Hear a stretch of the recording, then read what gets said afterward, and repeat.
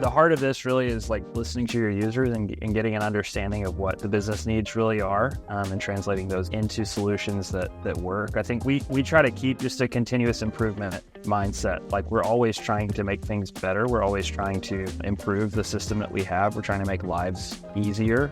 We'd rather you enjoy coming to work. If you've got an 8-hour day, we'd rather 2 hours of that not be wasted clicking things that don't need to be clicked, right? So how do we cut some of the waste there? A couple ways that we've really experienced some wins here lately. First, just in user experience, just in surfacing valuable data, valuable information, key data points in a place where it's visible and it's tangible and it's usable. Implemented these like tags on the contact to where, our contact record has hundreds of fields because it's used, by different teams or whatever. And so limiting visibility on those fields just to what individuals need based on their profile, based on how they're going to use it, and then surfacing some of those key data points. So like for us, it's important to know if this person donated this year, if they're a volunteer, or if they're an advocate. And so instead of having to search through the fields to see, okay, do they have that checkbox checked? Let's just pop it up with an emoji up at the top right of the screen, like advocate. That works on kind of the individual contact level, but then I think thinking big picture, right? Not missing the forest for the trees. Reporting and analytics have been such a key. We've got just a fantastic power user that loves to build and design reports and dashboards for our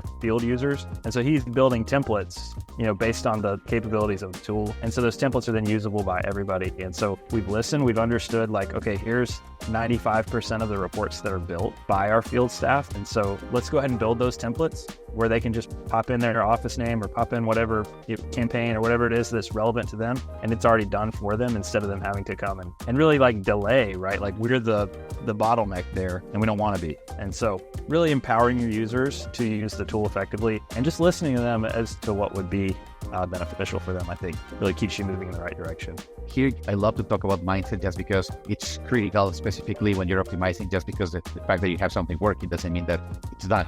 You don't have to do any kind of maintenance, or as you said, like let's keep looking at what we can improve.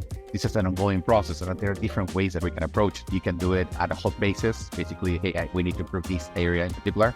You can have a managed service agreement where we can help you kind of like to keep that base based on the needs that you have, or even keep doing a small project just because that's how you start doing different things and you realize that you can improve more. But again, it's a mindset that needs to be there. And I think knowing your limits, my team, like what we specialize in is automation. Like we automate all day, every day is the dream, right? Like we're trying to cut manual processes, but we also try to know our limits. We hit a point where we realized that we needed to start leveraging the power of AI in our platform and for our users. And it was like, this is something that we don't have the bandwidth to actually like go and discover ourselves and then build it and then roll it out. And so let's pull in some experts here. And that's when we reached out to 11. It's like, let's pull in some experts who can actually have done this before. They know what to do, what's going on here. And you get the added benefit of like having bona fide subject matter experts in the room. So when you're trying to get some of that change management piece going, it's like, okay, we're going to listen to the experts over here instead of just taking my word for it. So with regards to automation, I think that it's worth mentioning that you guys have a lot of work put towards that, right? The last time I saw you guys had over 400 flows. So maybe it's interesting just to give a hint on that.